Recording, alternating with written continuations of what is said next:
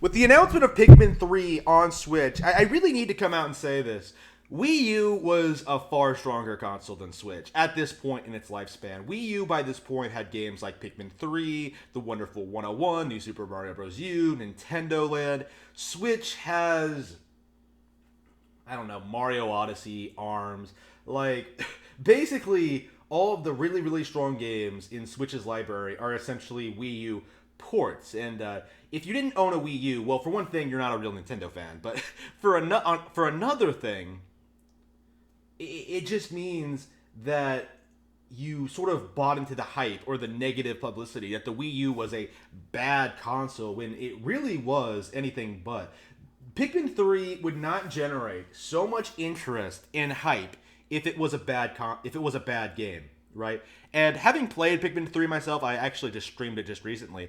Having played it myself, I really, really appreciate how this game really sold the Wii U concept, right? You really do get full control over three characters. You get to go all over the map. There are all sorts of benefits to the Wii U gamepad year one, right? With Pikmin 3, it really established the gamepad as a concept, something that critics would refuse the Wii U ever did for years afterward. You know what I mean? It was one of the most baffling, frustrating gaming-related narratives I've ever seen. And I do think it was mostly to try and sell the new consoles to people. The industry did not want a repeat of the Wii. Like, they did not want people, normies, to go out, buy Nintendo hardware, and just play Nintendo games. They didn't want that. Like, they wanted people to, like, stay on the plantation. They wanted them to, like,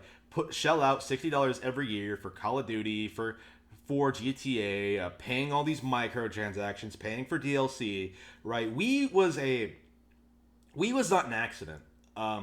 We was designed by a Nintendo that managed to sort of play the PlayStation audience, to play PlayStation against itself, right?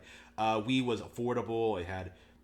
It had all these things that PlayStation would never even think of doing, like a focus on party games, a focusing on like a different audience, of making cool, unique games as opposed to like the same old generic trash. You know what I mean? Like, Wii was innovative, and Wii U built off of those concepts. Wii U did more with the Wii U. It was essentially Wii HD. It was essentially a Super Wii. Third parties by this point should have been excited at the prospect of working with Nintendo, working with their new IPs. But where in the Wii era they tried to create this narrative that the Wii wasn't powerful enough to work with, in the HD era they said that, like, oh, we can't use the gamepad. We just can't. So they just constantly made excuses, constantly made justifications, refused to make any kind of support for Wii U at all right out of the gate. And a lot of people blame Nintendo for this, but you have to understand this is what happens every generation. This has been happening since the N64, where third parties consistently refuse to support Nintendo hardware because they know that they cannot compete with Nintendo on their own software. It's why Switch doesn't have a lot of third-party games coming out, even though it's by far the most popular major third-party games coming out, I should say. It's by far the most popular video game console in the world right now. Like, right now, the industry is trying to sell people on this, like, on shit like VR and ray tracing. I don't know, like, remember back before they showed off the PS5 and they were talking about, like, the improved load times? And now we just know that just means that, like, oh, we can shift between levels and areas and ratchet and clank faster. Like, that's not exciting. That's not new. That's not interesting. These companies are having trouble selling their new platforms, essentially. Right now, they're mostly focused on destroying Nintendos. Like, that's kind of their goal. They kind of want you to choose between Xbox and PlayStation, where a setup where they have everything where they want it, right? Where PlayStation and Xbox will work with them to like fuck over consumers, implement microtransactions and DLC. In-game advertising actually is a thing that is I've seen has been propping up recently, which is something they've been wanting to do for a while. Stuff that Nintendo would never want to do because it's disrespectful to the customers, and people don't really. A lot of people don't really appreciate what that means. It means Nintendo is essentially respects you more than the competition does. Like it's about more than the money. You know what I mean? It's about like sending a message. You could say it's about like being. It's about doing the right thing essentially. And contrary to popular belief, you shouldn't be obligated to force a company to respect you. Like they should just do it of their own volition, right? Like they should respect their customers, respect their employees, respect like I don't know, like the environment or whatever. Like that should be an obligation. Like it's not something that should be forced. It should be just something they do. You know what I mean? So, and with the Wii U, Nintendo did that. They put out great games pretty consistently, more frequently, I would say, than the Switch. The Wii U never had a dry spell like the Switch is going through now and in 2018, where there was just nothing coming out for it. The Switch is kind of coasting off of its success. And this is another thing right now that I need to emphasize.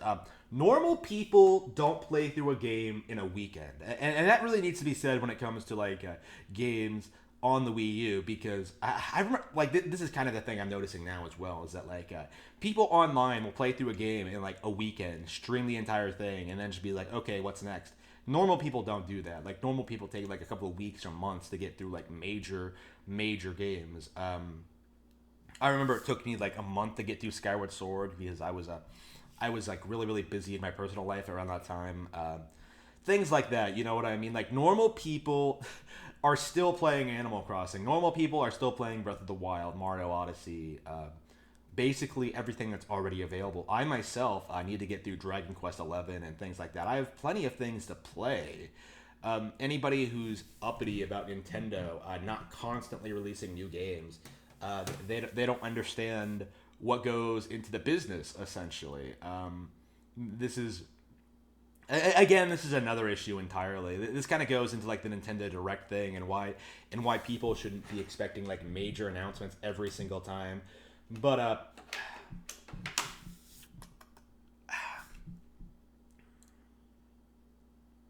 the Wii U, I think, was one of Nintendo's stronger consoles. Not the best. I don't think the Super Nintendo was ever really going to be topped in that regard, but you had Nintendo at the top of their game, and you had like third parties were still making good games in that time period. For Nintendo consoles, well, in general as well.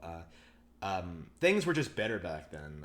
It's not hyperbolic. It's not exaggeration. Games back then really were better. It's not facetious to say that. The Wii U was probably, I don't know, like I didn't like it as much as the Wii, but I still liked it a lot, right? It was still one of my favorite Nintendo consoles. I prefer it to the NES. I prefer it to the Switch. I prefer it to the GameCube. It was definitely a console that had a lot of really strong gems, which is why I deeply, deeply resent the Arlos, their fans, the Emily Rogers, like coming out and saying that like, oh, this is the last major Wii U game that could be ported to Switch.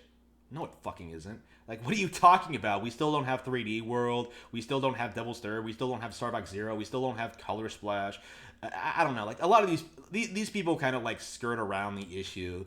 Like, we don't have Nintendo Land. Like, like these people try to skirt around the issue. Like, oh, those games have sequels. Or they weren't very good to begin with. But it just...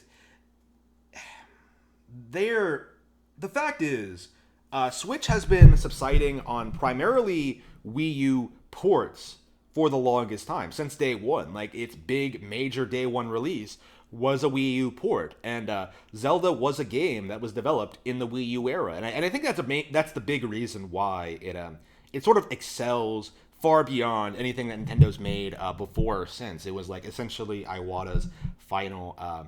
Well, it was still in production when he passed, but the bulk of it was sort of designed under him. You know what I mean? Like this was Breath of the Wild was a Wii U game. Like when you get right down to it, like the reason that game is so good, it's so engaging, it's so fresh, it's so original, it pushed boundaries. It was because it was a Wii U game, and that needs to be respected more. And you can't really take that away with ports. Like you can't say that like, oh, Switch has more ports than Wii U, so it's better. Like the Wii U had the virtual console. Like Wii U literally has hundreds of games on its eShop that you can buy right now that aren't available on Switch from a variety of different consoles, N64, Game Boy Advance, Wii. It's just really it really does feel like the people complaining about Wii U, who continue to complain about Wii U, never really appreciated or loved it. They never really gave it a chance. Like these are the people who were complaining about it before it even came out. You know what I mean? Like that's the reality. They never. Here's the deal here. This is the reason I think I resent these people so much is that I almost didn't buy a Wii U, right? Because these people were saying in 2011, 2012, oh, I'm not excited for the next Nintendo console. And for the longest time, I didn't understand why, like what the deal was. And I actually took them at face value, like, oh, there must not be any new good games coming out for it. And then like I got one, right? Just because. And I was surprised, right out of the gate. Nintendo Land, New Super Mario Bros., Super Mario Bros. U, Nintendo Land, New Super Mario Bros. U, Zombie U, Arkham City. Out of those, Arkham City, the one that people were hyping up the most, turned out to be the worst. Like I was like, I'm still salty towards Arkham City. Like, how dare you people hype up Batman Arkham City as one of the best games ever made? That's disgusting to me. And like in the upcoming year, we kept getting more and more games. The Wonderful 101, Pikmin 3, Super Mario 3D World by the end of the year. Like they kept releasing more and more stuff. Tropical Freeze in 2014, Hyrule Warriors in September of that year, Splatoon in 2015, Mario Maker in 2015, like Devil's Third at the end of the year. Like really great games that didn't necessarily get the attention or praise that they deserved purely because they were not on a PlayStation console. That's the only reason. And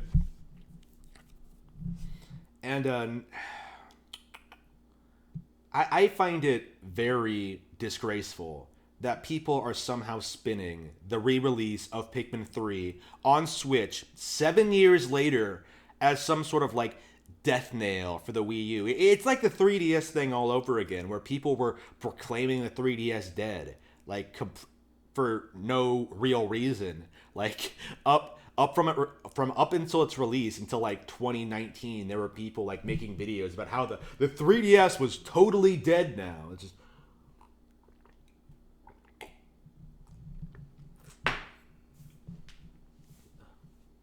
like, don't take these people seriously. Don't listen to them. They're going to turn on Nintendo eventually, I think. Once it's not cool to like Nintendo anymore, like they're going to go. They're going to go. It's already kind of disgraceful that they support PlayStation and other consoles the way they do. I've gotten word recently that Andre from Game Explain was making fun of people for asking for Soul Calibur 6 on Nintendo Switch. Why? Like, what justification do you have for that? There's no reason for these games to stay on other platforms. There is no reason for them not to get Nintendo versions. Like, there is no real justification for it.